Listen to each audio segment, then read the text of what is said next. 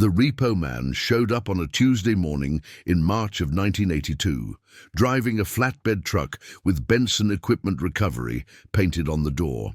His name was Kyle Mitchell, and he had papers in his hand saying he was authorized to repossess one 1958 Farmall 560 tractor from the property of Robert Keller, 380 acres, Story County, Iowa.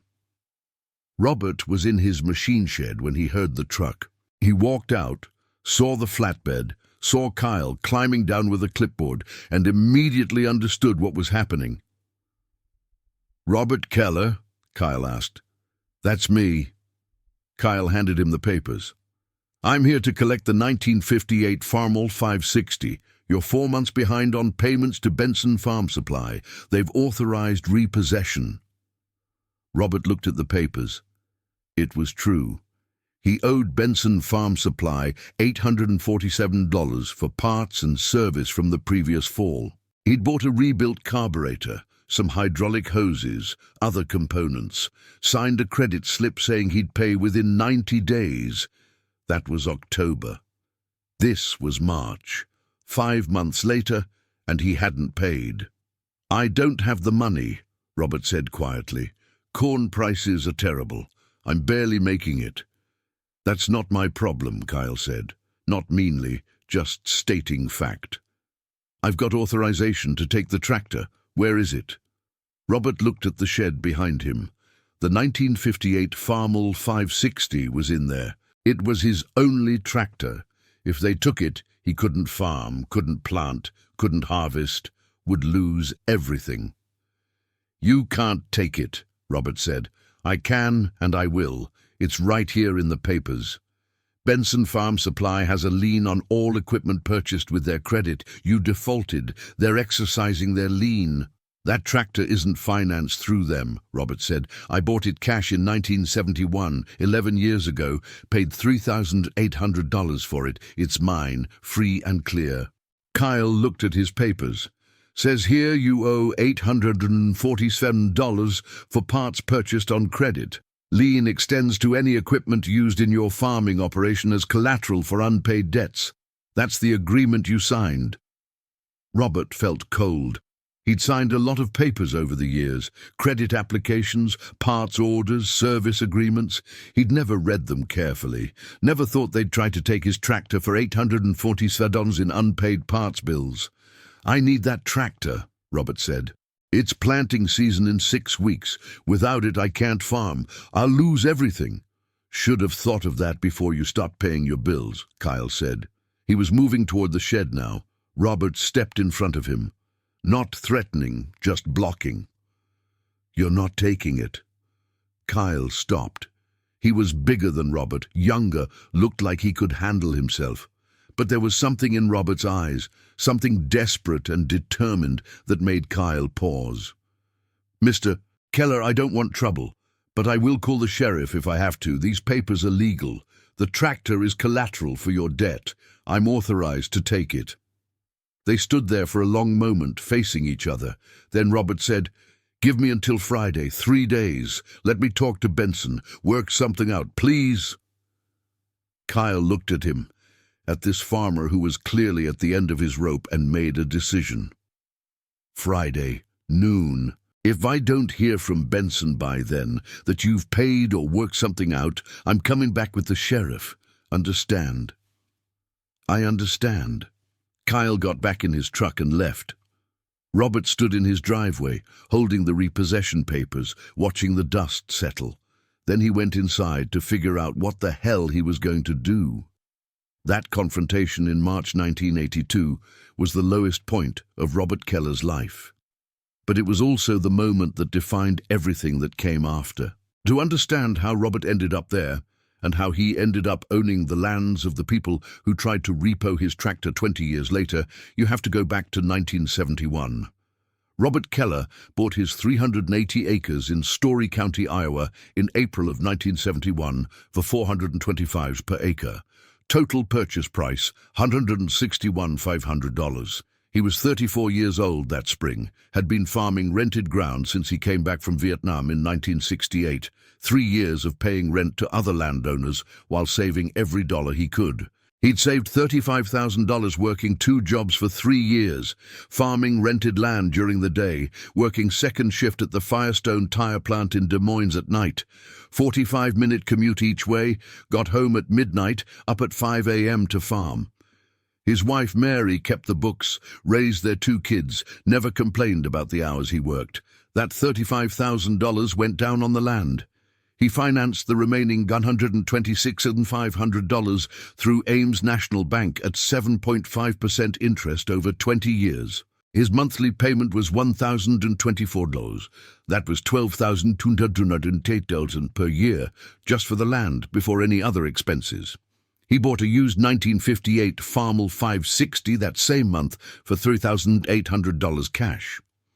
The tractor was 13 years old when he bought it, had 4,200 hours on the meter, paint faded, some rust, but mechanically sound. The previous owner had maintained it well. Robert inspected it carefully, drove it, checked everything. It would do. It would be his only tractor. Robert was careful with money. Had to be. The land payment consumed 40% of his net profit in good years, more than half in bad years. He couldn't afford equipment debt on top of land debt. That was the rule he set for himself. One debt at a time. Pay off the land first, then think about equipment, so he bought used equipment, paid cash, made things last. The 1958 Farmall 560 would be his primary tractor for the next 27 years. Benson Farm Supply was the John Deere dealership in Nevada, Iowa, about 15 miles east of Robert's farm. The owner was a man named Charles Benson, 58 years old in 1971, second-generation dealer. His father had started the business in 1942. Charles had taken over in 1962. By 1971, it was a thriving operation, one of the larger dealerships in central Iowa. Charles was aggressive, ambitious, always pushing farmers to buy new equipment, trade up every 5 to 7 years, finance everything through John Deere credit. That's how dealers made money in the 1970s. Equipment sales, financing fees, service work on new complex machines. Charles was good at it. Robert went to Benson Farm Supply for parts because it was the closest full-service dealer. Convenient location, good parts inventory, competent mechanics. But Robert never bought equipment there. Never financed anything. Just bought parts for his old Farmall when needed, paid cash when he had it, took short-term credit when he didn't. Through the 1970s, Robert and Charles had a cordial but distant relationship. They'd see each other at the co-op, at farm meetings, in town. Charles thought Robert was too conservative, too scared to invest in his operation, farming with outdated equipment. Robert thought Charles pushed debt too aggressively, sold farmers equipment they couldn't afford. They were professionally civil but not friends. The 1970s were relatively good years for Robert. Corn prices were decent, averaging $2.50, $3.50 per bushel. Land values were rising steadily. He was making his payments, keeping his head above water, even saving a little. By 1980, he'd paid his land note down to $87,000. Original loan was $126,500. He'd paid $39,500 in principal over 9 years through extra payments whenever possible. Still owed $87,000, but making solid progress. Then 1981 arrived, and everything changed. The Federal Reserve, fighting double-digit inflation, raised interest rates to unprecedented levels. The prime rate hit 21.5% by mid-1981. The grain embargo devastated agricultural exports. Corn prices collapsed from $3.50 per bushel to $2.10. Land values that had been climbing steadily through the 1970s suddenly reversed, falling 40, 50, 60%. Robert's income in 1981 was half what it had been in 1980. He grossed maybe $42,000, farming 380 acres at terrible prices. After seed, fertilizer, fuel, equipment maintenance, property taxes, and other costs, He netted maybe $8,000 in actual profit. His land payment was $12,288 per year. He was $4,288 short just to make the land payment, not counting living expenses. He made the payments in January and February 1981 by draining his savings account down to nothing. March payment, he was late by 2 weeks, but managed to scrape it together. April, 3 weeks late. By summer, he was behind and couldn't catch up. The bank started calling in July. "Mr. Keller, you're 3 months behind. We need to discuss your situation." Robert explained the price situation, promised he'd catch up as soon as he could. The bank gave him some slack, but not much. By fall, he was 6 months behind, and the bank was threatening foreclosure. In October 1981, Robert's Farmall 560 developed serious problems. The carburetor was shot, completely worn out after 10 years of heavy use. Hydraulic hoses were leaking, the steering linkage was loose, other components were failing. The tractor needed work, and Robert needed that tractor to harvest his crop. He went to Benson Farm Supply, talked to the parts manager, got quoted $847 for everything he needed. Rebuilt carburetor, $287, hydraulic hoses and fittings, $193. Steering components, $247, miscellaneous parts and supplies, $120, total $847. Robert didn't have $847, didn't have $400, didn't have $100. He'd drained every account paying the bank to avoid foreclosure. The parts manager, who'd known Robert for years, offered credit.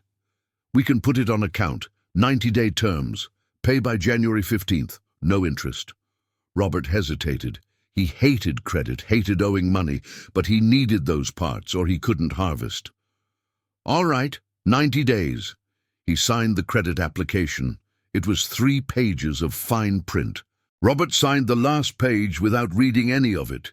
The parts manager handed him the parts. Robert took them home, installed them himself, got the tractor running, finished his harvest. 90 days passed. January 15th, 1982 arrived. Robert still couldn't pay. He'd sold his crop in December, but every dollar went to the bank to catch up land payments. He called Benson's, talked to the bookkeeper, explained his situation. "I'll pay as soon as I can, just need a little more time." The bookkeeper, a woman named Helen who'd been with Benson's for 20 years, made a note. "I'll let Mr. Benson know, but Robert, we need this paid. We've got our own cash flow issues. A lot of people aren't paying." February passed. Robert still hadn't paid. Called again, same conversation. Helen was getting less friendly, more insistent. March arrived. Still no payment. On Monday, March 8th, 1982, Charles Benson was in his office going through accounts receivable. His dealership was in serious trouble. Equipment sales had collapsed. January and February, traditionally slow months, had been completely dead. 0 tractor sales, 3 used equipment sales, small dollar amounts. His cash flow was catastrophic. He was looking at $143,000 in outstanding accounts receivable. Money owed to the dealership by farmers for parts, service, equipment. Most of it probably uncollectible. Farmers going broke left and right, couldn't pay their bills. He saw Robert Keller's account, $847, now 60 days overdue. Not a huge amount, but something. Charles picked up the phone, called his lawyer. "I want to enforce the equipment lien on the Keller account. Send Mitchell to repossess the tractor." His lawyer hesitated. "Charles, are you sure? It's only $847, the cost of repossession. I don't care. I need to send a message. People need to know I'll enforce collection. Send Mitchell." That's what brought Kyle Mitchell to Robert's farm that Tuesday morning in March 1982. That's what brought Robert to his kitchen table that afternoon, holding repossession papers, trying to figure out how to save his tractor and his farm. Robert had 3 days to Friday noon. He needed $847. He had $93 in his checking account. His wife Mary had $47 in her egg money account. They had $140 total to their name. Robert called his brother Tom in Cedar Rapids Tuesday afternoon. "Tom, I need to borrow $850. Emergency, can you help?" Tom, who worked as an engineer at Rockwell Collins making decent money, said, "Bob, I wish I could, but Janet and I just closed on a house last month, put every dollar we had into the down payment. We're tapped out. I'm sorry." Robert called his father-in-law Wednesday morning. "Frank, this is Robert. I hate to ask, but I'm in a bind. Need to borrow $850 for a few months. Can you help?" Frank, a retired factory worker living on a pension, said, "Robert, if I had it, I'd give it to you. But Shirley and I just bought a new car, traded in the old one, financed the rest. We don't have any spare cash right now." Robert spent Wednesday afternoon calling everyone he could think of. Old army buddies, cousins, friends from high school. Nobody had $850 to lend. Or if they did, they weren't willing to risk it on a farmer who was clearly struggling. Wednesday evening, Robert sat at the kitchen table with Mary, going through everything they owned that might be worth something. The truck, 1974 Ford F-150, worth maybe $3,200, but they needed it. The furniture, garage sale value, maybe $800 total if they sold everything. Mary's mother's china set, sentimental value, no real market value. Thursday morning, Mary made a decision. She went to the bedroom, came back with a small velvet box. Inside was a 2-carat diamond ring, white gold setting. Beautiful piece. Her mother had left it to her when she died in 1979. Her mother's engagement ring, the only valuable thing her mother had ever owned. Mary wore it every day, never took it off except to do dishes. "Sell this," Mary said, putting the box on the table. Robert looked at the ring, looked at his wife. "Mary, no. That's your mother's ring. You love that ring." "It's just a ring," Mary said, and Robert could hear the effort it took her to say that, could see the tears she was holding back. "This farm is our life, our future, our kids' future. Take the ring, sell it, save the farm." Robert picked up the box, looked at the ring. The diamond caught the morning light coming through the window, threw tiny rainbows across the table. He closed the box, put it in his pocket. Friday morning, Robert drove to Des Moines. Went to 3 jewelry stores in the morning, got 3 offers. First store, $750. Second store, $825. Third store, $925. He took the $925 from the third store, got cash, drove straight to Benson Farm Supply. He walked into Charles Benson's office at 10:30 a.m., 37 minutes before Kyle Mitchell was supposed to show up with the sheriff. Charles was on the phone, looked up when Robert walked in. Robert put 9 $100 bills and 1 $25 bill on Charles's desk. "That's 9 $25s. $847 pays my debt. The other 78 is for the trouble I caused. We're square." Charles stared at the money. "Where'd you get this?" "That's my business. The debt is paid. I want a receipt and I want the lien released." Charles wrote out a receipt, signed it, handed it to Robert. Robert took it, turned to leave. As he was walking out, Charles called after him, "You're barely hanging on, Keller. This farm crisis is just getting started. You should sell out while you still can. Get something for your land before it's worthless." Robert kept walking, didn't respond. Got in his truck, drove home. When Mary asked him if it had worked, if the debt was paid, he just nodded. Couldn't speak. Gave her the receipt. She looked at it, put it in the drawer with all their other important papers, and that was that. They never talked about the ring again. Robert farmed the 1982 season with the tractor that had almost been repossessed. His Farmall 560 that he'd bought in 1971, that he'd owned until 1998. Robert survived the farm crisis. Barely, but he survived. By keeping equipment expenses at absolute minimum, by maintaining what he had, by making do with less, he got through. His land payment was his only debt, and he'd paid it down enough that he could handle it even at $2.10 corn. Not comfortably, but he could handle it. Charles Benson's dealership didn't survive. Equipment sales never recovered. By 1983, he was losing money every month. By 1984, he was desperate. By August 1985, Benson Farm Supply closed its doors after 43 years in business. Charles lost everything: the building, the inventory, his house, his savings, all gone to the banks. Charles had to take a job selling insurance for Nationwide in Des Moines. He was 62 years old, had never worked for anyone but himself, hated every minute of it, made $32,000 a year, a fraction of what he'd made during the boom. Drove 45 minutes each way, worked until he was 75 because he couldn't afford to retire. Robert heard about the dealership closing through the farming grapevine. Felt no satisfaction, no vindication, just a kind of sad inevitability. Another business gone, another family broken. That's what the crisis did. By 1990, the farm crisis was ending. Corn prices had stabilized around $250 to $80. Land values had stopped falling, started creeping up slowly. Farmers who'd survived were cautiously rebuilding.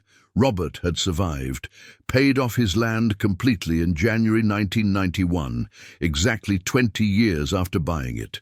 Made his last payment of $1,024, got the satisfaction letter from the bank, held the deed free and clear for the first time.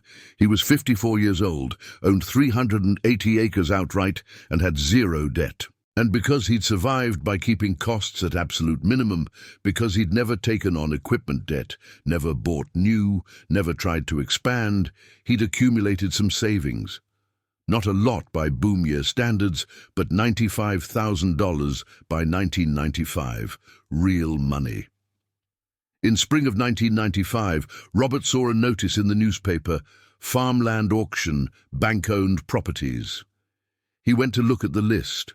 One parcel jumped out: 280 acres in Nevada Township, Story County.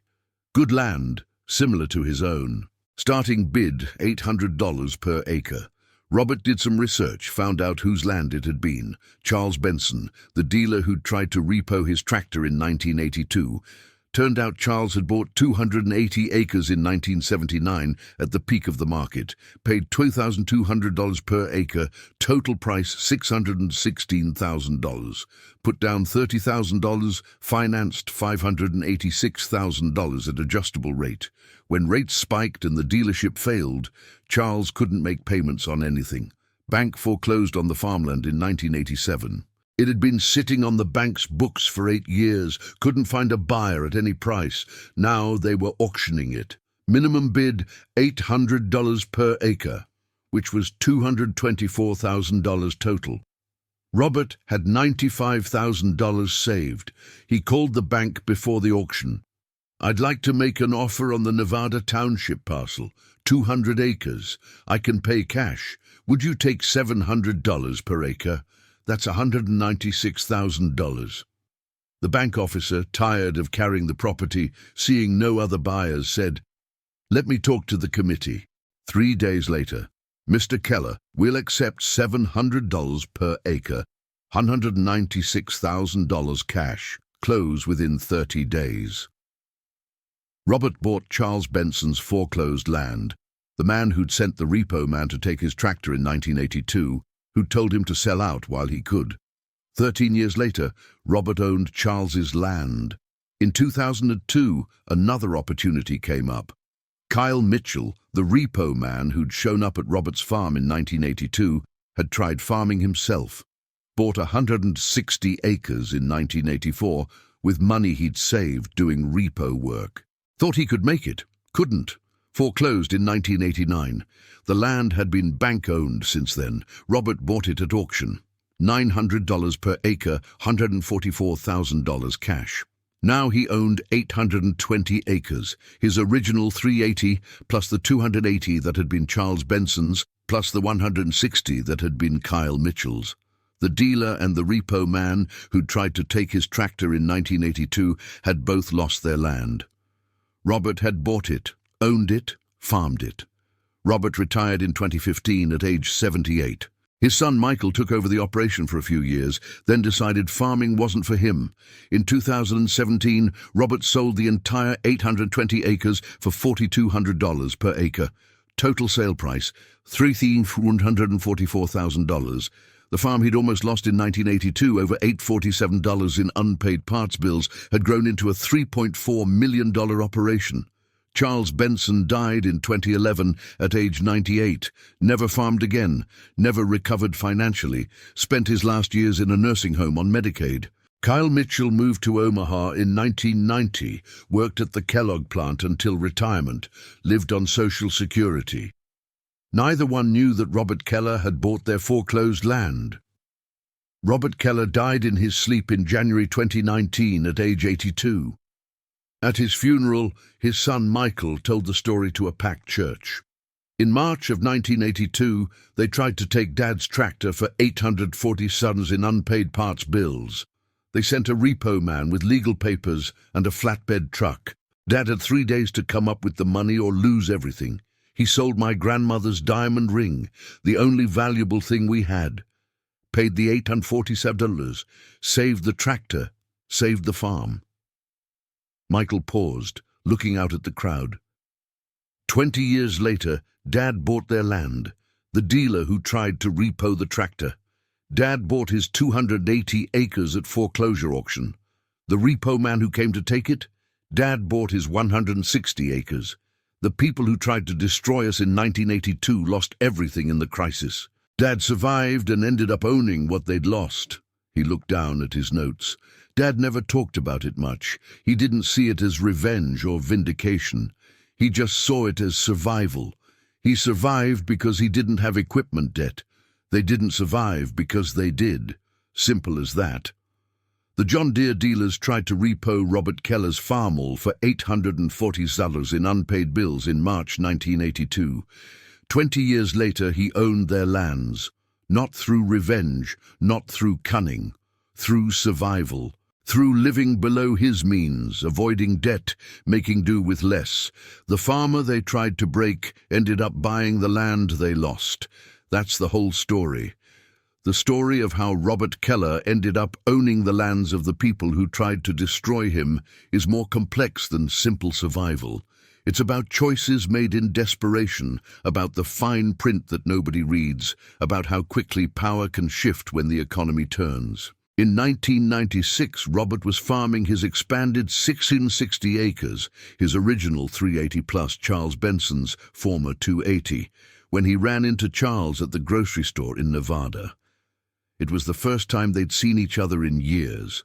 Charles was 73 then, looked older, stooped shoulders, trembling hands, the look of a man defeated by life. He was picking up prescriptions at the pharmacy counter. Robert was getting groceries. They made eye contact. Charles looked away quickly, clearly uncomfortable. Robert walked over. "Charles!" "Robert!" Charles's voice was barely above a whisper. "How are you doing?" Charles laughed bitterly. "You know how I'm doing. You bought my land. You know exactly how I'm doing." Robert hadn't known Charles knew. "I bought it from the bank. Fair price. I didn't what? Didn't gloat. Didn't rub it in." Charles's voice got louder. People were looking. "You're farming my land, Robert. Land my father bought in 1954. Land I bought in 79 thinking I was being smart, diversifying. And you're farming it because I tried to collect $847 you owed me." "You tried to repo my tractor," Robert said quietly, "for $847 in parts I couldn't pay for because the economy collapsed. I was trying to survive." Charles's hands were shaking. "My dealership was dying. Farmers owed me $143,000 in uncollectible debts. I had to do something. I had to send a message." "You sent a message," Robert said. "And I survived. And you didn't. That's not my fault, Charles. That's just what happened." Charles stared at him for a long moment, then quietly, "You sold your wife's ring to pay me. Helen told me later. The bookkeeper. She said Mary came in one day, saw the ring was gone, asked what happened. Mary told her you sold her mother's diamond ring to pay the debt." Robert didn't respond. "I didn't know that when I sent Mitchell," Charles continued. "Didn't know what it cost you. If I'd known—" He trailed off. Would it have changed anything? Charles thought about that. No, probably not. I was desperate. Desperate people do desperate things. They stood there in the grocery store, two old farmers, one who'd survived and one who hadn't, separated by choices made during the crisis. "I'm sorry," Charles said finally. "For what it's worth. I'm sorry I tried to take your tractor. Sorry for everything." Robert nodded. "I know." Charles turned to leave, then stopped. "You earned it, you know. The land. My land. You earned it by surviving when I didn't. That's farming. The land goes to whoever can hold it." Robert watched him leave. Never saw him again. Charles died 15 years later, and Robert didn't go to the funeral. In 2005, Robert decided to find out what had happened to Kyle Mitchell, the Repo man. It took some detective work, but he tracked Kyle down in Omaha, working at the Kellogg plant. Robert drove to Omaha one Saturday, found Kyle's address, knocked on the door of a small duplex in South Omaha. Kyle answered, didn't recognize Robert at first. "Kyle Mitchell?" "Yeah?" "Robert Keller. You tried to repo my tractor in 1982. Kyle's face changed as the memory clicked. "Jesus, that was 23 years ago. What do you want?" "Just wanted to talk. Can I come in?" Kyle hesitated, then opened the door wider. The duplex was small, worn. Furniture from Goodwill, TV from the 90s, carpet stained. This was not a man thriving. They sat in Kyle's living room. Kyle offered coffee. Robert accepted. "I bought your land," Robert said. Kyle nodded slowly. "I heard. 160 acres near Nevada. I bought it in 84, thinking I could farm. Couldn't make it work. Lost it in 89. "Why'd you try farming?" Kyle was quiet for a moment. "Because I hated the repo work. Hated taking people's equipment. Saw what it did to families. Thought maybe I could do better. Be a farmer instead of being the guy who destroyed farmers. Turns out I wasn't any good at it." "Nobody was good at it in the 80s, Robert said. "The ones who survived just had less debt." "You survived." "Barely. You came within 3 days of taking my only tractor. If you'd taken it, I would have lost everything just like you did." Kyle looked at his coffee. "I think about that sometimes. About the people whose equipment I took, wondering what happened to them. Most of them lost their farms. Some of them, I heard stories.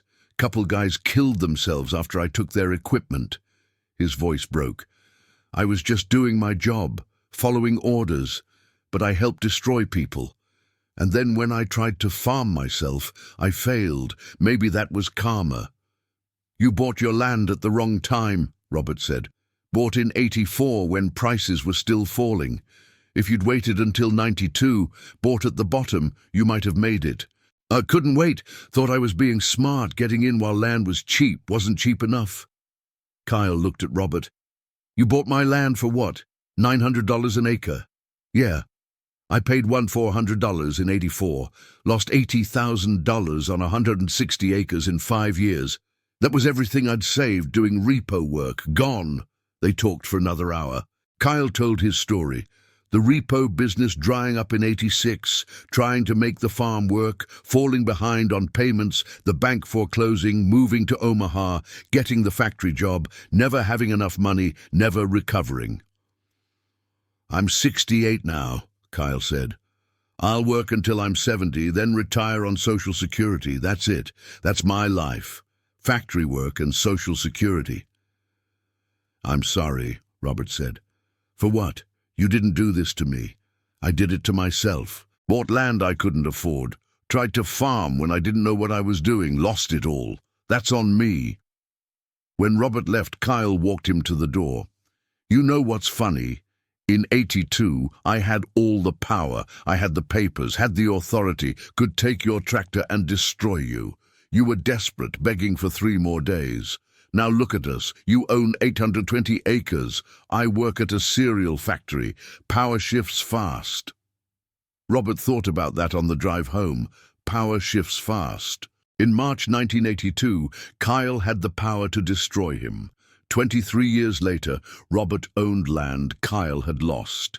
Neither had intended it. Circumstances, timing, choices made under pressure. That's all it was. Robert farmed his 820 acres through the 2000s, watched land values climb back up, past the 1980 peaks, into territory nobody had imagined. By 2010, his land was worth $6,000 per acre. By 2015, $8,000. By the time he sold in 2017, $4,200 per acre and rising. He'd bought Charles Benson's 280 acres for $196,000 in 1995, sold them as part of his 820 acres in 2017 for $176,000, made $980,000 profit on land that Charles had bought for $616,000 in 1979 and lost for nothing in 1987. He'd bought Kyle Mitchell's 160 acres for $144,000 in 2002, sold them in 2017 for $672,000. Made $528,000 profit on land Kyle had bought for $224,000 in 1984 and lost for nothing in 1989. Total profit on the foreclosed lands, $508,000. That didn't count his original 380 acres, which he sold for $1,196,000, having bought them for $161,500 in 1971. Robert Keller, who'd almost lost everything over 847 in unpaid parts bills in March 1982, retired with $3,444,000 from land sales in 2017. The dealer and the repo man who'd tried to destroy him both lost their land and ended in poverty. At Robert's funeral in January 2019, over 400 people attended. Farmers from across central Iowa. People who remembered the crisis, who remembered the stories, who understood what Robert's survival meant. His son, Michael, gave the main eulogy. He told the story of March 1982, of the repo man showing up, of his mother's diamond ring being sold, of the 847 dandlas that almost destroyed everything. Then he told the rest of the story. 20 years after they tried to take Dad's tractor, he owned their land. Not because he was vengeful or because he wanted revenge. Because he survived and they didn't. Because he avoided debt and they didn't. Because when foreclosed land came up for sale, he had cash and they didn't. Michael looked out at the crowd. The farm crisis taught a brutal lesson. Survival is its own reward. You don't have to be the smartest or the hardest worker or the best farmer. You just have to survive. Dad survived by selling my grandmother's ring, by farming with a 1958 tractor until 1998, by never taking on equipment debt, by living below his means when everyone else was living above theirs. He paused. Charles Benson and Kyle Mitchell didn't survive. They made different choices during the crisis, and those choices destroyed them. Dad made choices that kept him alive. 20 years later, the land they lost became his. That's not justice or injustice. That's just farming. The land goes to whoever can hold it. After the funeral, at the reception at the community center, old farmers gathered and told stories. Stories of the crisis, of people who'd lost everything, of the few who'd survived. One old farmer, 90 years old, said, "I knew Robert since 1971, watched him farm for 46 years. He wasn't flashy, didn't have new equipment, didn't expand aggressively, just farmed steady, paid his bills, survived. And in the end, that's all that mattered. He was still here when everyone else was gone." Another farmer, the dealer who tried to repo his tractor, told Robert to sell out in '82, said the farm wasn't worth saving. 20 years later, Robert owned the dealer's land. Sometimes the best revenge is just not going bankrupt. Robert's wife, Mary, 91 years old, sat quietly listening to the stories. Someone asked her about the ring, about selling her mother's diamond to save the farm. "I've never regretted it," Mary said. "Robert asked me 3 times if I was sure. I was sure. That ring was pretty, but it was just a thing. The farm was our life. I'd make the same choice today." She smiled slightly. "And in the end, we did fine without it. Better than fine. Robert made sure of that." The story of Robert Keller became one of those legends that farmers tell each other. A story about survival and irony and the way power shifts in a crisis. The dealer who tried to repo a tractor for $847 lost a $616,000 farm. The repo man who came to take the tractor lost his own $224,000 farm. The farmer they tried to destroy ended up owning both properties, not through revenge, not through cunning, just through survival, through making $847 payments when it seemed impossible, through farming with old equipment, through avoiding debt, through lasting one more year and then another, until suddenly everyone who'd tried to break you was gone and you were still there. The John Deere dealers tried to repo Robert Keller's Farmall for unpaid bills in March 1982. 20 years later, he owned their lands. That's the whole story. That's the lesson. Survive, and the land comes to you.